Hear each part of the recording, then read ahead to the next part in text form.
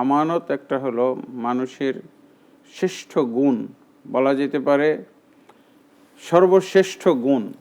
কারণ এই আমানতের মধ্যে সব কিছুই রয়ে গেছে।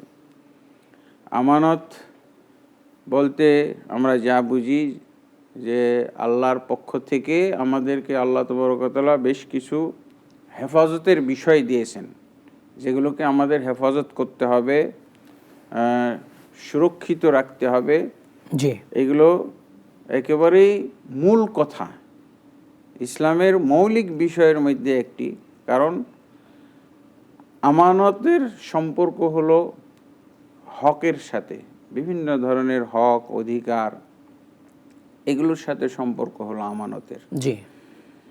তো আমরা যদি আমানতের বিষয়টা লক্ষ্য করি তাহলে দেখা যাবে যে আমানত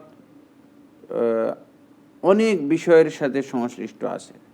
তার মধ্যে 1 নম্বর আমরা যেটা বলবো সেটা হলো আল্লাহ কেন্দ্রিক বা আল্লাহ সংশ্লিষ্ট আমানত।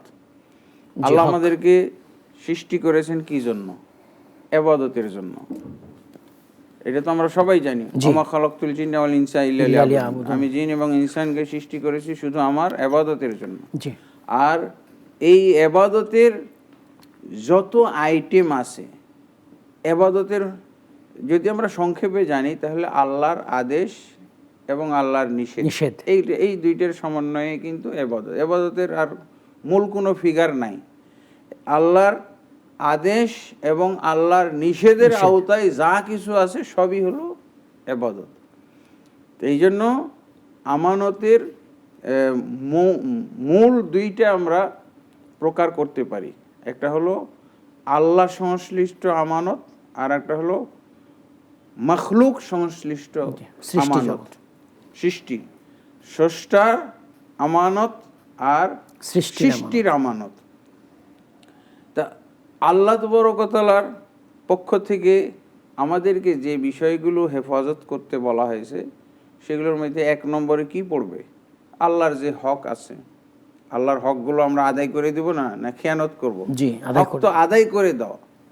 তো আল্লাহর হক হলো, আল্লাহ রাসূল সাল্লাল্লাহু আলাইহি ওয়াসাল্লাম তো এভাবেও বলেছেন, হাক্কুল্লাহ আইয়াবুদুহু ওয়া লা ইউশরিকু বিহি শাইআ। আল্লাহর হক হলো তার ইবাদত করবে বান্দারা এবং তার সাথে কাউকে শরীক করবে না। আর ইবাদতের অন্তর্ভুক্ত বিষয়গুলো তো আমরা জানি, ইবাদতের আইটেমগুলো জানি।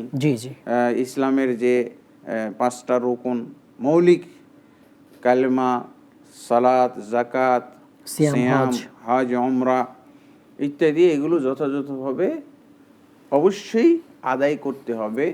যদি আল্লাহর হক নষ্ট করে তাহলে এটা হলো সবচেয়ে জঘন্যতম খেয়ানত।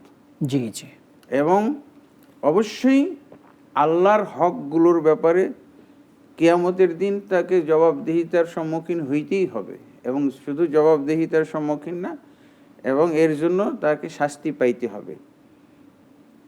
সে আল্লাহ রাসূল সাল্লাল্লাহু আলাইহি ওয়াসাল্লাম যেমন বলছেন যে এগুলো করলে জান্নাত, যেমন বলেছেন, ঠিক আল্লাহর এই হকগুলো আদায় না করলে তাকে জাহান্নামে যেতে হবে।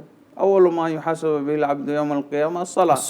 কিয়ামতের দিন হিসাবটাই হবে তার সালাতের শুরু। ফাইন সালাহাত সালাহাল্লাহু সাইয়্যিরু আমালি ওয়া ইন ফাসাদাত ফাসাদাল্লাহু সাইয়্যিরু আমালি। যদি শেষ আল্লাহর প্রথম, আল্লাহর যে দ্বিতীয় হক বলবো আমরা, প্রথম হক হলো তাওহীদ, ঈমান। তাওহীদ না থাকলে তো সে কাফেরদের অন্তর্ভুক্ত। তার তো কোনো হিসাব নিকাশই নাই, হিসাব নিকাশ ছাড়াই সে জাহান্নামে যাবে। আর যারা মুসলিম তাদেরকে প্রথম যেটা হিসাব নেওয়া হবে আমলের মধ্যে সেটা হলো সালাত। এটা হলো গুরুত্বপূর্ণ একটা হক।